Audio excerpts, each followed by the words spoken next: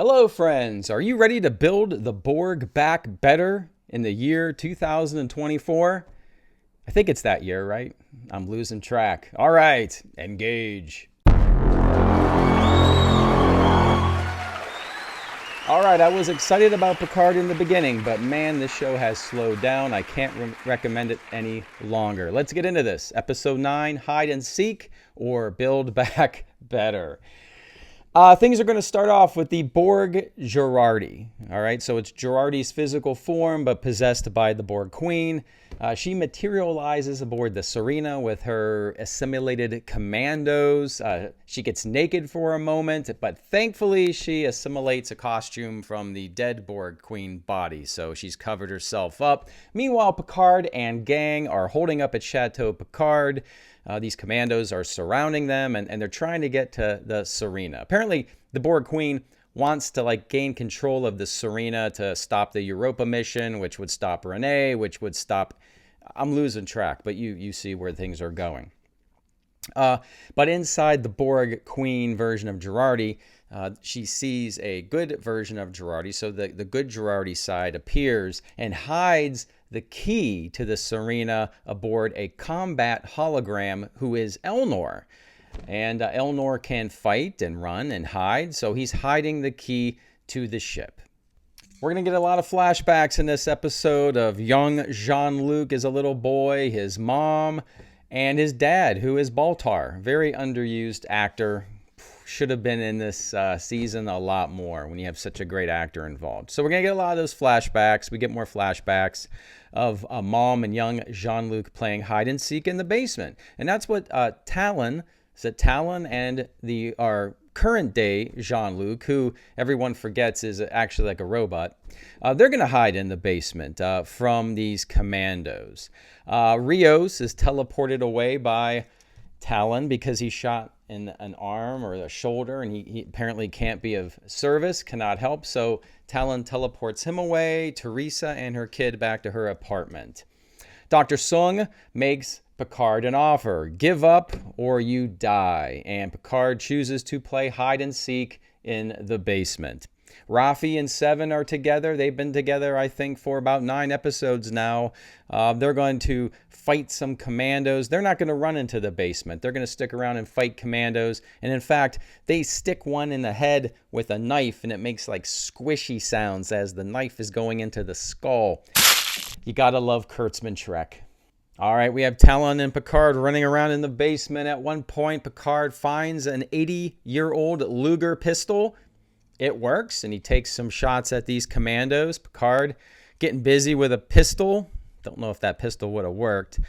Seven and Raffi, they're above. They're not in the basement, and they cross 50 yards of commandos in a field with a corkscrew, a knife, and an ice pick. We don't get to see that. That would be kind of interesting. We're just told that that is going to happen. Elnor, the hologram, is killing commandos on Sirena. I don't know. Can they shoot him? Can he be killed?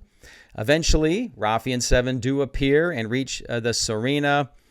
And we find out that the Elnor hologram retained all the memories of Elnor up to the point of his death. And he says right before he died, the only thing he was thinking about was Raffi and his love for Raffi.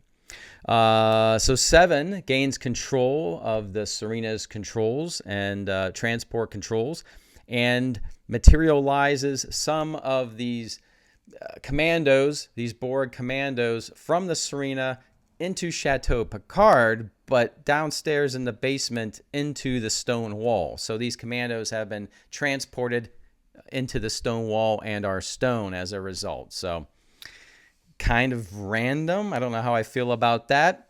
The Girardi version of the Borg Queen, Girardi, shows up, and she apparently, though, is smart. She has a transporter inhibitor, so Seven cannot transport her away. So they fixed that little potential plot problem. This Borg Queen version of Girardi whips out some tentacles, whips one out at Seven and stabs her in the stomach, and also whips one into the Elnor combat hologram, and I assume steals the key to the ship. All right, things look pretty lame. We have Dr. Soong has Picard at gunpoint aboard the Sirena. We have Seven on the floor, stabbed and dying. Things are looking bad, but a good version, the good version of Girardi sort of appears in the mind's eye of the bad Borg Queen version of Girardi and says, Borg Queen, what are you doing? You're just going to continue the same failing thing that the Borg always does, always fails in all the different multiverses. The Borg will always be defeated. You need to build the Borg back better. Go out, take the Sirena, go out and find the riffraff of the galaxy that need help and assimilate them into the Borg collective and build it back better. And this Borg Queen says, you know what? That's a good idea. That's what I'm going to do. So she saves Seven. And okay, I'm good. I'll play ball. I'm going to be nice. We also go then to Rios, who rematerializes just in the nick of time to save Picard from Dr. Soong killing him. And for some reason, Dr. Soong gets a gun. And the gun apparently, I wouldn't have said this if I'm Rios, but Rios says, hey, Dr. Soong, you know why that gun's not working? Because it's DNA sensitive and it's going to blow up in about a second. So just because Rios says that, Dr. Soong's like, oh, really? And throws it back at Rios. So I don't know why Rios had to go say that. He probably should have kept his mouth shut because he almost got himself and Picard killed. So it does go off, but I guess no one's killed, and Dr. Soong runs away. Yeah, all of that is kind of stupid. Let me know what you think in the comments. Yeah, I don't know about any of that. We get a flashback then of young Jean-Luc, and we find out what all this flashback stuff is and trauma is really about in Picard's head. So when he was a little boy, yes, his mom was a little cuckoo. His daddy, Baltar, sort of locked her in a room for her own safety. One night, Jean-Luc has a skeleton key. He was able to open the door for his mom, but he woke up a little bit later to find his mom who hung herself, committed suicide. And so he's always felt extreme guilt. He feels responsible for his mom's death, her suicide. So we learn that's the big thing that's haunting Jean-Luc Picard. Talon then, to ease his pain, says, love is not a curse. It's a gift, Jean-Luc, and your mom loved you. I think it fails on every level. I think that's just lame as hell, and I don't think it works. And Picard gets some hugs from Talon.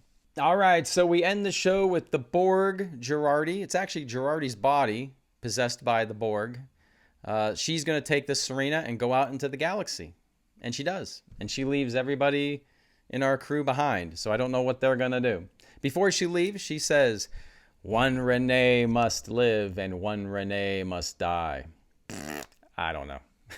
I don't know. Sure. And that's where we leave things. Picard says, we have a lot of work to do. And I'm thinking, yeah, because you got one episode left. So you've been stringing things along. One episode left. So I was really excited about this show in the beginning. I thought the setup was really good. I was excited about where we're going. We got Q. Let's go. Let's find out who's the Watcher and the connection and what went wrong in the year 2024.